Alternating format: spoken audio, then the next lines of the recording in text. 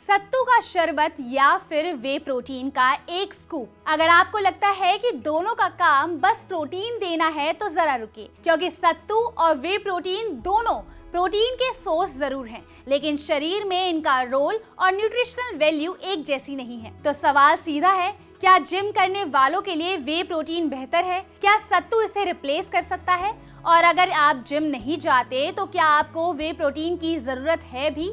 इन सभी सवालों का जवाब जानने के लिए हमने बात की Edwina Raj, head of services, clinical nutrition and dietetics, Aster CMI hospital Bengaluru से। हमारे घरों में सालों से इस्तेमाल होने वाला सत्तू असल में भुने हुए बंगाल ग्राम यानी चने से तैयार होता है।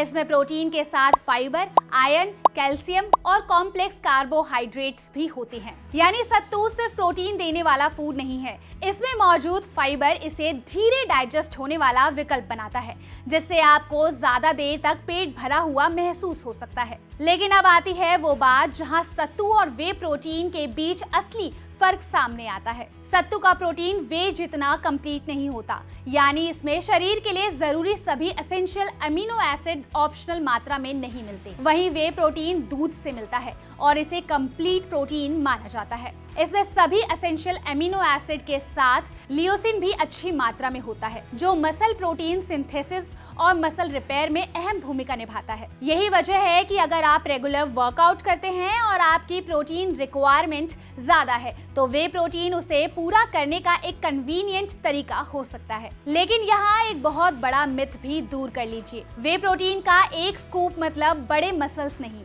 मसल ग्रोथ सिर्फ प्रोटीन पाउडर से नहीं होती। इसके लिए सही मात्रा में protein, balance diet, resistant training और पर्याप्त रिकवरी सब जरूरी है। अब आते हैं सबसे जरूरी सवाल पर, आपके लिए सत्तू सही है या वे? अगर आप एक हेल्दी एडल्ट हैं और अपनी रोज की डाइट में प्रोटीन के साथ फाइबर और दूसरे न्यूट्रिएंट्स भी शामिल करना चाहते हैं, तो सत्तू एक अफोर्डेबल और न्यूट्रिएंट रिच ऑप्शन हो सकता है। लेकिन अगर आप एक एथलीट हैं, रेगुलर इंटेंस वर्कआउट करते हैं, ओल्डर एडल्ट हैं या आपकी प्रोटीन रिक्वायरमेंट ज्यादा है और नॉर्मल फूड से उसे पूरा करना मुश्किल हो रहा है, तो वे प्रोटीन आपके लिए ज्यादा कन्वीनियंट हो सकता है। लेकिन इसका मतलब ये भी नहीं है कि वे प्रोटीन जितना ज्यादा उतना बेहतर। जरूरत से ज्यादा प्रोटीन लेने से कुछ लोगों में एक्ने या डाइजेस्टिव प्रॉब्लम्स जैसी परेशानियां हो सकती है, और अगर आपको किडनी डिजीज या कोई दूसरी मेडिकल कंडीशन है, तो प्रोटीन इंटेक बढ़ाने से पहले डॉक्टर